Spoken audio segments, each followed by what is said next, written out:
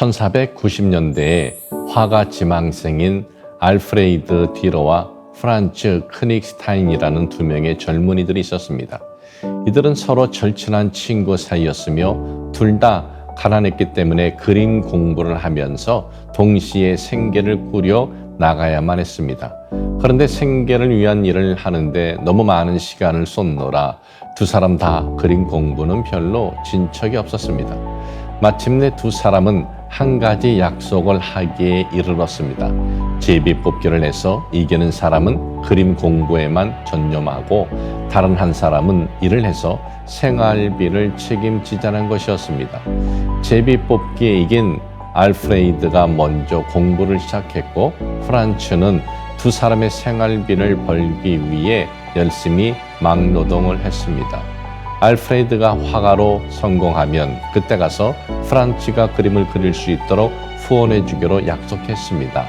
알프레이드는 그림 공부를 하러 유럽의 도시로 떠났습니다. 세월이 흐른 후 세상은 그가 재능 있는 화가일 뿐 아니라 그림의 천재라는 사실을 인정하기 시작했습니다. 화가로서 대성공을 거둔 알프레이드는 프란츠와의 약속을 지키기 위해 돌아왔습니다. 이제 그가 일을 하고 프란츠가 그림 공부를 시작할 때였습니다. 하지만 알프레이드는 자신의 친구가 약속을 지키기 위해 엄청난 희생을 했음을 발견했습니다.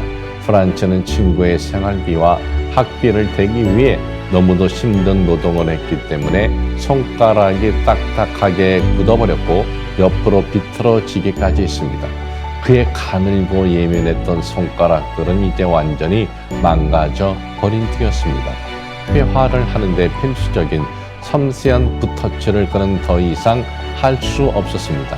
알프레이드는 자신으로 인해 기꺼이 희생을 감수한 프란츠로 인해 눈물을 흘리지 않을 수 없었습니다.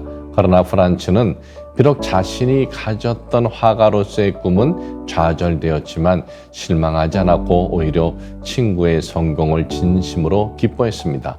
어느 날 알프레이드는 약속도 하지 않고 불시에 프란츠의 집을 방문했습니다.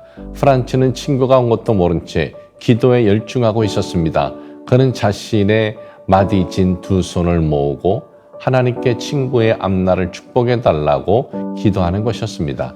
알프레이드는 재빨리 그 충실한 친구의 기도하는 손을 스케치했고 훗날 이 그림은 기도하는 손이라는 제목의 걸작이 되어 알프레드 뒤러의 대표 작품이 되었습니다. 세상의 어떤 사람들은 돌려받을 아무런 희망도 없는 사람을 돕는 것을 어리석다고 생각합니다.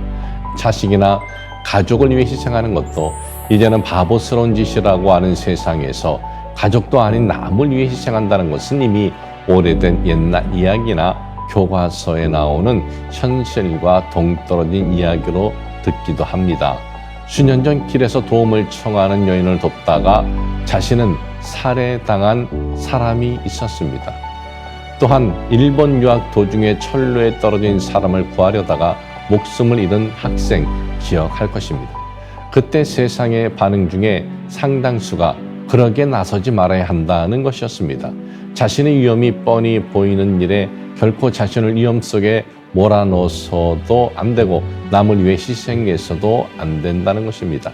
심지어는 그렇게 희생한 사람들을 향해 비난하고 어리석다고 비웃는 사람들도 있습니다.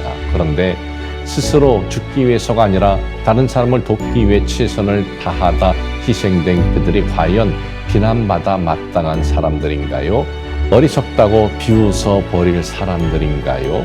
자신의 삶이 하나님을 아는 가치를 드러내는 전시품이 되도록 기도했던 짐 엘리엇이라는 선교사는 복음을 전하려 했던 종족에 의해 죽임을 당했습니다.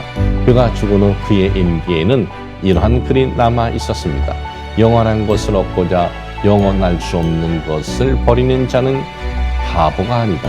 사랑하는 여러분, 만약 다른 누군가를 살리기 위해 값없이 스스로 희생하는 것이 어리석은 것이라면 우리 주님 예수 그리스도에 대해 우리는 과연 어떻게 말할 수 있는 것인가요? 당신을 살리기 위해 자신의 전부를 내어주신 예수 그리스도의 희생을, 그리고 그 큰 은혜와 사랑을 당신이 짐작한다면 당신은 더 이상 다른 누군가가 또 다른 사람을 위해 섬기고 희생하는 것을 비웃지 마십시오. 그는 예수 그리스도의 희생을 영화롭게 하는 일을 하고 있는 것이니까요.